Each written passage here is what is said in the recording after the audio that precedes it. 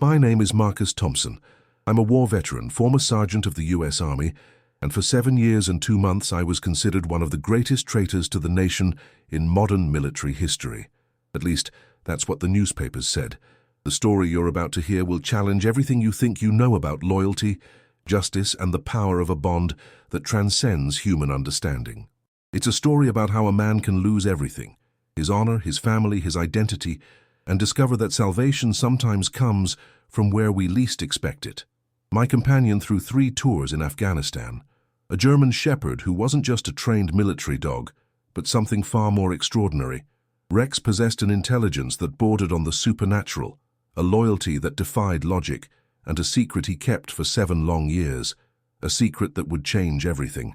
This is the story of how I was wrongfully convicted, and how my dog showed up with the proof of my innocence. The truth always finds a way. The prison gate closed behind me with a sound I'll never forget. Not the clash of metal against metal, but the silence that followed. 7 years, 2 months, and 16 days. I had counted every one of them. Rex was waiting on the other side of the fence, just as he always had during those monthly visits. But today was different. His brown eyes, which I knew better than my own, carried something I had never seen before. An urgency. A restlessness that made his muscles twitch beneath his black and tan coat. "Hey, boy," I murmured, kneeling to embrace him. My hands trembled as they felt his tense, alert body. In 3 tours in Afghanistan, I had learned to read Rex like an open book, and at that moment, every line of his being screamed one word: now. He didn't allow himself the luxury of affection. There was no time for licking my face or that joyful dance he used to do when we met. Instead, Rex stepped back twice, looked me directly in the eyes, and barked once. Sharp, direct, like a military command. "What is it, Rex?" I asked. But he had already turned and started walking. He wasn't running. Rex never ran without purpose, but each step carried a determination that made my stomach tighten. 7 years in prison had taught me to recognize when something was about to change everything. We moved through familiar streets that now felt foreign, like sets from a movie I had watched a long time ago. Rex kept looking back, checking if I was following. His ears pricked, catching sounds I couldn't hear. He knew exactly where he was going. When we turned the corner onto Magnolia Street, my heart stopped. The house was there, but it wasn't the house I had left behind. The windows were boarded up, the garden had become a jungle of weeds, and the blue paint I had once applied myself was peeling off like dead skin. Rex stopped in front of the rusty gate and looked at me again. There was something in his eyes that made me swallow hard. It wasn't just urgency, it was knowledge. As if he knew something I needed to uncover, something he had waited 7 long years to show me. My hand trembled as I opened the gate. The metal groaned, protesting years of neglect, but Rex had already slipped under the broken fence and was heading straight toward the backyard. His steps were precise, calculated, as if a map was etched into his memory. That's when I saw the pear tree, the same tree under which we used to rest after training, where Rex had buried his favorite bones, where I had proposed to Sarah on an autumn afternoon that now felt like it belonged to another life. Rex stopped beneath the tree and began sniffing the ground intensely, circling a specific spot like a mine detector. His movements were methodical, professional. I had seen that stance before, in the desert, when he uncovered hidden explosives that could have killed us. "Rex, what are you—" I began to ask, but he had already started digging. His paws worked with a ferocity that left me speechless. Dirt flew in every direction as he dug deeper and deeper, his muscles rippling with effort. There was something down there, something he had protected, guarded, preserved through all these years of waiting. My heart pounded so hard I thought it might explode in my chest. Rex stopped digging and looked at me, panting, his eyes shining with an intensity that made me realize my life was about to change forever. Something was buried there, something Rex had waited 7 years to show me. As Rex dug, my mind went back to that December morning that destroyed my life. I could still feel the ice of the handcuffs when they came into my barracks room at 5 in the morning. 3 federal agents, stone-faced, carrying a manila folder that would seal my fate. "Sergeant Marcus Thompson, you are under arrest for treason, espionage, and selling classified information to the enemy." The words ricocheted in my head like sniper fire. Treason. Me, the one who had bled for this country through 3 combat tours, who had lost friends whose names were tattooed on my soul. Me, the one who slept wrapped in the American flag when Afghanistan's nightmares wouldn't leave me alone. "This is a mistake," was all I could say, my voice rough as sandpaper. But the documents were there, in my drawer, with my forged signature. Conversations I never had, money I never received, betrayals I never committed. Someone had built the perfect trap around me. The trial was a spectacle of public humiliation. Sitting on that defendant's bench, wearing the uniform that had once been my pride, I watched my reputation shredded word by word. The prosecutors painted a portrait of a greedy soldier, corrupted by war, who sold military secrets for money. 16 years serving the army, the judge declared, his voice echoing through the silent room. "And you chose to stain that honor for 30 pieces of silver." I wanted to scream that I was innocent, that someone had planted the evidence, but who would believe me? The documents were too convincing, the proofs too perfectly staged. Even my own lawyers whispered among themselves as if I were guilty. The very system I had sworn to defend had turned against me with the efficiency of a war machine. Rex was in the courtroom every day, sitting in the front row next to Sarah, my wife at the time. His eyes never left me, not even when the sentence was read, 25 years in maximum security prison. While Sarah collapsed in tears and stood up to walk out of my life forever, Rex remained there, unmoving, watching me with an expression I couldn't decipher. He knew. Even in that moment, when the whole world believed I was a traitor, Rex knew the truth.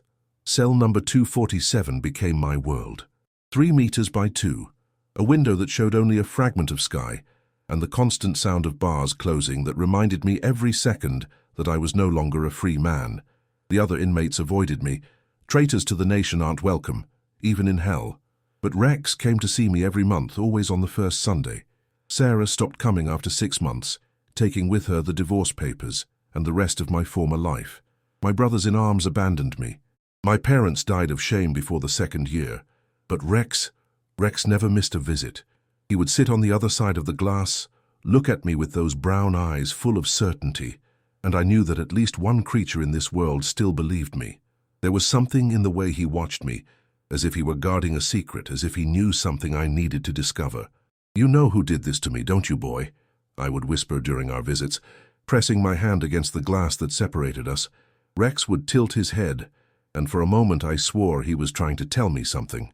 The years dragged on like open wounds. I stopped declaring my innocence because no one wanted to hear it. I stopped writing letters because no one answered. I stopped dreaming of freedom because hope hurts too much when it's all you have. But I never stopped believing that Rex held the key to my redemption. There was something in his eyes, a silent promise that kept me alive when loneliness threatened to consume me. He knew the truth, and one day somehow he would show me the way back to the light. Now, watching his paws dig frantically under the pear tree, I finally understood. Rex had waited 7 years for this moment. 7 years guarding a secret that could save me. The sound of Rex's paws digging carried me back to another hole in the ground, 8,000 kilometers away and 7 years in the past. It was my 2nd day at Forward Operating Base Ripper in the Kunar Valley, Afghanistan. The desert heat clung to my skin like syrup, and the stench of diesel and human sweat was so thick you could chew it. That's where I met Rex for the first time. He sat beside Sergeant Miller, my new commander, watching the fresh soldiers with that look military dogs have, alert, professional, but with an intelligence in his eyes that went far beyond basic training. Rex was a 2-year-old German shepherd, muscles defined under his black and tan coat, ears erect like antennas picking up every sound on the perimeter. "Thompson," Miller barked, calling me over. "This is Rex. He'll be working with you on detection patrols. Treat him well because he might save your life, and all of ours." I held out my hand for Rex to sniff. He studied me for a long moment, those brown eyes sizing me up like a job interview. Then, for the first time, his tail wagged. Just once, almost imperceptible, but I got the message. Approved.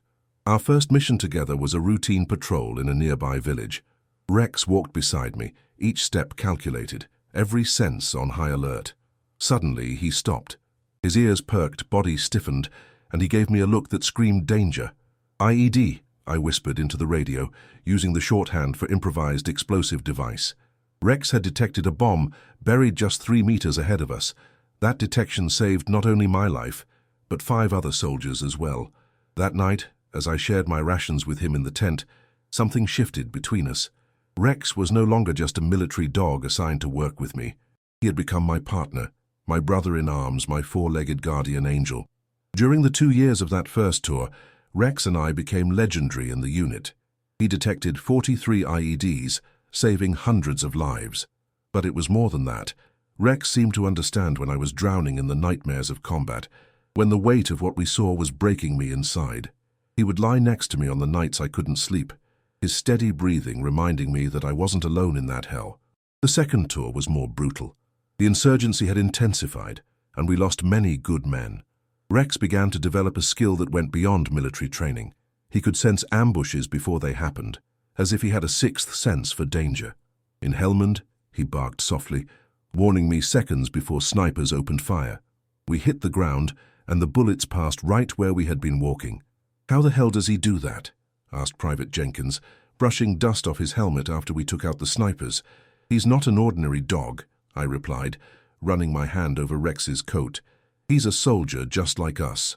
But it was during the third tour that our connection became almost supernatural. Rex started reacting to specific people in ways that unsettled me. Whenever Sergeant Miller approached, Rex would tense, his muscles tightening as if ready to attack or flee. I found it odd. Miller was our commander, but Rex was never wrong about people. One night after a particularly heavy mission where we lost 2 soldiers in an ambush, I sat alone staring at the desert stars. Rex came to sit beside me, but this time he didn't lie down. He stayed alert, watching the shadows around the camp. "What is it, boy?" I whispered, following his gaze. Rex didn't answer, of course, but his eyes locked onto a specific tent, Sergeant Miller's tent. There was something in Rex's posture that made me realize he was holding information, protecting secrets I wasn't ready to understand. "You see things I don't you?" I murmured, rubbing between his ears. "You always knew something I didn't." Over those 3 tours, Rex saved my life 17 times, but I would only learn years later that the 18th time would be the most important of all, and it would happen long after we came home. Rex had become more than my war companion. He was my confidant, my protector, the only creature in the universe who truly understood who I was beneath the uniform. He knew my nightmares without me having to tell him, felt my fear before I realized I was afraid, and loved me despite all the terrible things war had forced me to do. When we finally came home, I thought our war was over. I didn't know Rex still had a mission to complete, a mission that would last 7 years of patient waiting, guarding a secret that would one day restore my honor. Now, watching him dig with the same determination he showed when detecting explosives in the desert, I finally understood. Rex had spent all these years protecting something more valuable than our lives. He had protected the truth. The first Sunday of every month became my religion. It didn't matter if it was raining, snowing, or if the heat was melting the asphalt in the prison yard. Rex showed up, right on time at 2 o'clock in the afternoon, in the visiting room. He was the only constant in a life that had become nothing but a calendar of identical days and endless nights. The first visit after my conviction still burns in my memory. I walked into the visiting room with handcuffs clinking on my wrists, expecting to find Rex agitated, confused, maybe even scared of the hostile prison environment. But when I saw him sitting calmly beside the guard, waiting his turn, I realized he knew exactly where he was and why he was there. When I sat down on the other side of the bulletproof glass, Rex stepped forward and placed his paw on the transparent surface, exactly where my hand rested. His eyes locked on mine with an intensity that made me choke up. There was no pity in that look, no confusion or abandonment, only an unshakable certainty, as if he knew something the rest of the world had chosen to ignore. "You believe in me, don't you, boy?" I whispered into the phone that connected our sides of the divider. Rex tilted his head and let out a low sound, almost a canine whisper that I interpreted as, "I always have." The other inmates soon started mocking me about Rex's visits. "Look at the traitor and his little dog," they laughed in the yard. "Not even your wife comes to see you, but the mutt still feels sorry for you." I let the taunts slide because they didn't understand. Rex didn't come out of pity. He came because he knew the truth. By the second year, I started noticing strange patterns in Rex's behavior. Every visit followed the same ritual. He would sit, place his paw on the glass, stare at me for exactly 5 minutes, then get up and walk to the window of the visiting room that overlooked the parking lot. There he would stand still, watching the cars, as if searching for something or someone specific. "What are you seeing out there?" I asked during a visit in the 3rd year. Rex came back to the glass, but this time his behavior was different. He started scratching the floor with his front paws as if digging. The movement was deliberate, repetitive, almost obsessive. That's when a certainty began to grow in my chest, like a stubborn seed. Rex wasn't just visiting me out of loyalty. He was trying to tell me something important he couldn't express with barks or affection. The guard in charge of the canine visits, a man named Johnson, began noticing Rex's peculiar behavior. "That dog of yours is different," he remarked during a visit in the 4th year. "I've seen thousands of animals visit inmates, but I've never seen one that looked so determined. It's like he's on a mission." Mission. The word echoed in my head for weeks. Rex had been trained for missions in the army. He knew how to guard information, how to wait for the right moment, how to protect vital secrets. What if he was on a mission now? A mission that began the day I was arrested and continued through every monthly visit. During the 5th year, Rex developed a new habit. After staring at me and scratching the floor, he would move to a specific area of the visiting room. Always the same corner, always the same spot. He would sit there and remain completely still for exactly 10 minutes, as if waiting for a signal or command only he could hear. "So you're keeping something for me, aren't you?" I whispered during a particularly hard visit in the 6th year, when depression threatened to swallow me whole. Rex walked up to the glass and pressed his nose against the cold surface. For an instant, I swear I saw tears in his brown eyes. But it was more than sadness. It was frustration. Rex wanted to tell me something, show me something, deliver something he had been guarding all these years. I could feel his urgency growing with every visit, as if he knew time was running out. The last visit before my release was unlike any other. Rex came into the room with an energy I hadn't seen since our days in Afghanistan. His muscles were tense, his ears erect, his eyes shining with almost feverish anticipation. He didn't even sit down. Instead, he stood right in front of me, staring with an expression that screamed a single word: tomorrow. "You know I'm getting out tomorrow, don't you?" I asked, my voice trembling with emotion. Rex barked once, the first sound he had made in 7 years of visits. A firm, decisive bark that rang like a promise. That night, lying in my cell for the last time, I finally understood. Rex had spent 7 years preparing me for something. He had guarded a secret, protected a truth, waited patiently for the moment I would be free to receive whatever it was he had for me. He hadn't given up on me when everyone else had. Rex had kept the faith when I stopped believing myself, and now, watching his paws dig frantically under the pear tree, I knew our waiting had finally come to an end. Rex's paws worked with surgical precision, every movement calculated as if he were following a map etched into his memory. Dry earth flew in every direction, creating small clouds of dust that danced in the morning air. I knelt beside him, my heart pounding so hard I was sure Rex could hear it. "Easy, boy," I whispered, but my own voice betrayed the nervousness consuming me. Rex didn't slow down. His paws dug deeper and deeper, and I could see the determination in every muscle of his body. He knew exactly what he was looking for. 15 minutes passed, then 20. My clothes were soaked with sweat, not from the morning heat, but from the tension that grew with every second. Rex had dug a hole nearly 1/2 meter deep when he suddenly stopped. He looked at me with those brown eyes I knew so well, then turned back to the hole. This time his movements were more careful, more delicate. He was sniffing something specific, something just centimeters away. "What is it, Rex?" I asked, my voice coming out as a harsh whisper. "What did you find?" Rex barked once, a low, decisive sound that made me tremble. Then, with a delicacy that contrasted with the ferocity of the previous minutes, he began to remove the earth with his front paws, inch by inch, as if unearthing something fragile and precious. That's when I saw the plastic, a piece of waterproof tarp, yellowed with age, carefully folded and sealed. My stomach tightened when I realized it wasn't accidental. Someone had buried it there on purpose, protecting its contents from moisture and time. "My God," I murmured, reaching out trembling hands toward the package. Rex stepped back, letting me take over, but his eyes never left the object in the ground. There was expectation in his gaze, as if he knew exactly what I was about to discover. I lifted the package with reverent care. It was surprisingly heavy, roughly the size of a book, but thicker.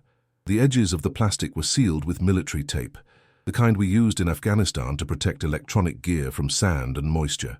My hands shook violently as I began to open the seal. 7 years. 7 years this thing had been buried here, waiting for this moment. Rex had kept this secret, protected this evidence, guarded this treasure while I rotted in a prison cell. The plastic opened with a dry sound, revealing its contents like a macabre Christmas present. Inside was a cell phone, a rugged military model I recognized immediately. The same type all sergeants used for operational communications. But it wasn't just any phone. Even after 7 years, even covered by a thin layer of condensation, I recognized the device. There was a small mark in the lower right corner, a scratch shaped like a V that Miller had accidentally made with his knife during a mission in Kandahar. It was Sergeant Miller's phone. My blood ran cold as the realization hit me like a punch to the gut. Miller had died a week before my trial, a car accident far too convenient to be coincidence. And here was his phone, buried in my yard, preserved like a time capsule waiting to reveal its secrets. "How did you know?" I whispered to Rex, my voice breaking with emotion. "How the hell did you know this was here?" Rex stepped forward and pressed his nose against the hand holding the phone. His eyes shone with a mix of relief and satisfaction, as if he had finally completed a mission he had carried for years. I pressed the power button on the phone, not expecting it to work after so long underground. To my surprise, the screen lit up with a faint but steady glow. The battery was nearly dead, but there was still enough power to access the contents. My heart almost stopped when I saw the home screen. There were dozens of unread messages, emails waiting, and a call history that made my head spin. But it was what I saw in the documents folder that made me grasp the magnitude of what Rex had been protecting all these years.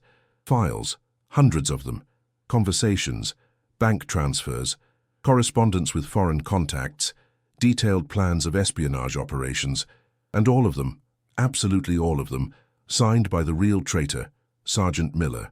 Rex had handed me not only the proof of my innocence, but the complete evidence of the conspiracy that had destroyed my life. He had waited 7 long years, visiting me faithfully, guarding this secret like the loyal soldier he had always been. Tears rolled down my face as the truth finally revealed itself in all its cruelty.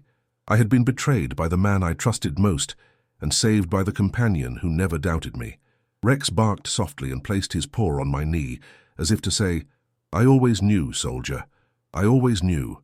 My fingers trembled as I navigated Miller's phone, each tap on the screen revealing a new layer of the betrayal that had shredded my life. The first message I opened made my stomach churn. Operation complete. Documents planted in Thompson's room. He'll never suspect. Date: November 15th, 2 days before my arrest. Rex came closer and rested his snout on my leg, as if he knew I needed support to endure what was coming. With hands that could barely hold the device, I kept reading. The messages painted a full portrait of the conspiracy. Miller had been selling military information to foreign contacts for more than 2 years, accumulating nearly $500,000 in offshore accounts. But when the internal investigation started closing in, he needed a scapegoat. And I, his most trusted soldier, was the perfect choice. "Thompson is getting suspicious," one message read, dated a week before my arrest. "He's been asking about the altered reports. Needs to be permanently silenced." The reply arrived the same day. "Understood. Proceed with Plan B. Eliminate all evidence after the conviction." My vision blurred as I read the next string of messages. Miller had forged my signature on dozens of documents, used my military identity to communicate with foreign agents, even created bank accounts in my name to receive payments for the betrayal. But it was the final set of messages that made me understand the true extent of his cruelty. They were about Rex. "The dog's acting strange. Seems agitated every time I get near. Animals sometimes notice things we prefer to keep hidden." The response: "Military dogs are trained to detect threats. Maybe he saw something he shouldn't." My heart stopped when I read the next message. "I need to get rid of the animal before the trial. He could be a problem." That's when it clicked.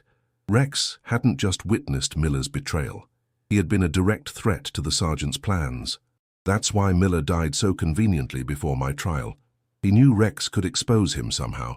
I kept scrolling through the messages, each one revealing more details of the conspiracy. Miller had planned my death in prison, arranging for me to be killed by other inmates in the first year. When that failed, he tried bribing guards to put me in dangerous situations. "Thompson needs to die in prison," one message said. "He's the only person who can connect the dots. As long as he's alive, there's always a risk they'll discover the truth." But there was more in the messages, constant references to Rex and his anomalous behavior. Miller had realized the dog knew too much, had seen too much, understood too much about what had happened. The animal was present during several of our operations, Miller had written. Military dogs have exceptional memory. If someone knows how to interpret his behavior. And then I found the message that explained everything. I buried all the evidence in Thompson's backyard, under the tree where the dog likes to play. After he's executed in prison, I'll recover everything and destroy the proof. Rex had seen Miller bury the phone. He had witnessed the sergeant hiding the evidence of his own treachery in my yard, using the place as a temporary stash while awaiting my death in prison. But Miller died before he could recover the phone. And Rex, the faithful soldier he always was, had guarded that secret for 7 long years, protecting the evidence that would prove my innocence. I looked at Rex, who watched me with those brown eyes full of ancient wisdom. "You saw it all, didn't you?" I whispered, my voice broken with emotion. "You knew from day one that Miller was the traitor." Rex barked softly and placed his paw on the phone, as if to say, "And now you know too." The tears that rolled down my face were not only for the sorrow of betrayal, but for the gratitude toward the extraordinary loyalty of a companion who never abandoned me. Rex had waited patiently, visiting me faithfully, guarding the secret that would one day restore my honor. Miller had underestimated 2 things, the longevity of a German shepherd and the memory of a soldier who never forgets a mission. The phone slipped from my trembling hands and fell into the soft earth beside the hole Rex had dug. My entire body began to shake, not from cold, but from an emotion so intense it felt like it was tearing me apart from the inside. 7 years. 7 years lost. 7 years of humiliation. 7 years of being called a traitor by the men who once called me brother. And now in this surreal moment beneath the pear tree, where I had once planned a future that was shattered, I finally held the proof of what I had always known deep in my soul. I was innocent. The tears started as a trickle, then became a flood. Violent sobs shook my chest, as 7 years of pent-up pain finally found a way out. It wasn't just relief, it was resurrection. I was coming back from the dead, returning from the hell where Miller had condemned me. "I am not a traitor," I whispered to the wind, my voice broken but carrying a truth that could finally be spoken aloud. "I am not a traitor." Rex came closer slowly, as he used to do when I had nightmares in Afghanistan. He pressed his warm body against my side, his familiar weight anchoring me to the present moment. When I looked at him through my tears, I saw something in his eyes that made me cry even harder. It wasn't pity, it was pride. Rex barked softly, a gentle, melodious sound that vibrated through my chest like a blessing. It was the same sound he made after completing a difficult mission in the desert, when we saved lives by detecting hidden explosives. It was the sound of a job well done. "You always knew, didn't you?" I asked, running my trembling hands through his golden fur. "All those years, all those visits, you were telling me you knew the truth." He pressed his head into my palm, his eyes closing in a moment of pure peace. For 7 years Rex had carried the weight of a secret that could set me free. He had guarded my honor when I had stopped believing in it myself. The realization struck me like lightning. Rex hadn't just protected the evidence of my innocence, he had protected my sanity. His monthly visits weren't just acts of loyalty. They were silent reminders that someone still believed in me when the entire world had condemned me. I picked up the phone again, holding it like a sacred talisman. That small device wasn't just proof of my innocence. It was proof that justice, even delayed, still existed. Proof that the truth, no matter how deeply buried, always finds a way to the surface. "It's not just freedom," I murmured, looking at Rex through the tears still streaming down my face. "It's my soul back. It's my identity back. It's knowing I'm not the monster they said I was." Rex stood and placed his front paws on my shoulders, a gesture he reserved for the most intimate moments of our partnership. We looked at each other for a long moment, 2 soldiers who had fought the hardest war of their lives, not against foreign enemies, but against injustice. The weight I had carried on my chest for 7 years finally dissolved. For the first time since that terrible December morning, I could breathe fully. The air filled my lungs like new life, like renewed hope, like the promise of better days to come. Rex barked again, louder this time, and I swore I could hear words in that sound. "Welcome back, soldier. Welcome back." I sat on the ground beside Rex, Miller's phone resting between us like a bridge between the past and the future. The sun was higher now, warming my face for the first time in 7 years, without the weight of undeserved guilt pressing down on my shoulders. Rex had lain down next to me, his breathing calm and steady after completing the most important mission of his life. I watched his chest rise and fall, and a deep understanding settled in my heart like a sacred truth. He wasn't just a dog. He never was. Rex was something rarer and more precious, a guardian of justice, a protector of truth, a four-legged angel assigned to ensure that lies would not triumph forever over honesty. For 7 long years, he had carried the weight of my redemption on his shoulders, waiting patiently for the moment when he could return not only my freedom, but my soul. "You knew I was going to give up on myself, didn't you?" I whispered, running my hand through his fur. "You knew there'd come a moment when I'd stop believing in my own innocence." Rex opened his eyes and looked at me with that ancient wisdom that had always struck me. There was peace in that gaze now, the peace of someone who had fulfilled a sacred vow, who had kept an impossible promise. I thought of all the people who had abandoned me over those 7 years. Sarah, who couldn't bear the weight of my supposed betrayal. My brothers in arms, who turned their backs when I needed them most. My parents, who died believing they had raised a traitor. But Rex never doubted, not for a second. He visited a man the whole world believed guilty, month after month, year after year, carrying the certainty of my innocence in his heart when I had stopped carrying it myself. He turned his loyalty into a mission, his faith into a silent crusade for justice. "Some friends," I murmured, my voice thick with emotion, "never give up on us, even when we give up on ourselves." Rex moved closer and laid his head in my lap, a simple gesture carrying the weight of 7 years of unconditional love. I closed my eyes and felt, for the first time in so long, that I was truly home. There is something about bonds that transcend words, that go beyond ordinary human understanding. They are connections forged not only in the heat of war or the intimacy of shared suffering, but in the unshakable belief that the truth will always find a way. Rex taught me that true loyalty is not just standing by someone when it's easy. It's carrying hope when the person you love has stopped carrying it. It's guarding secrets that can save a life.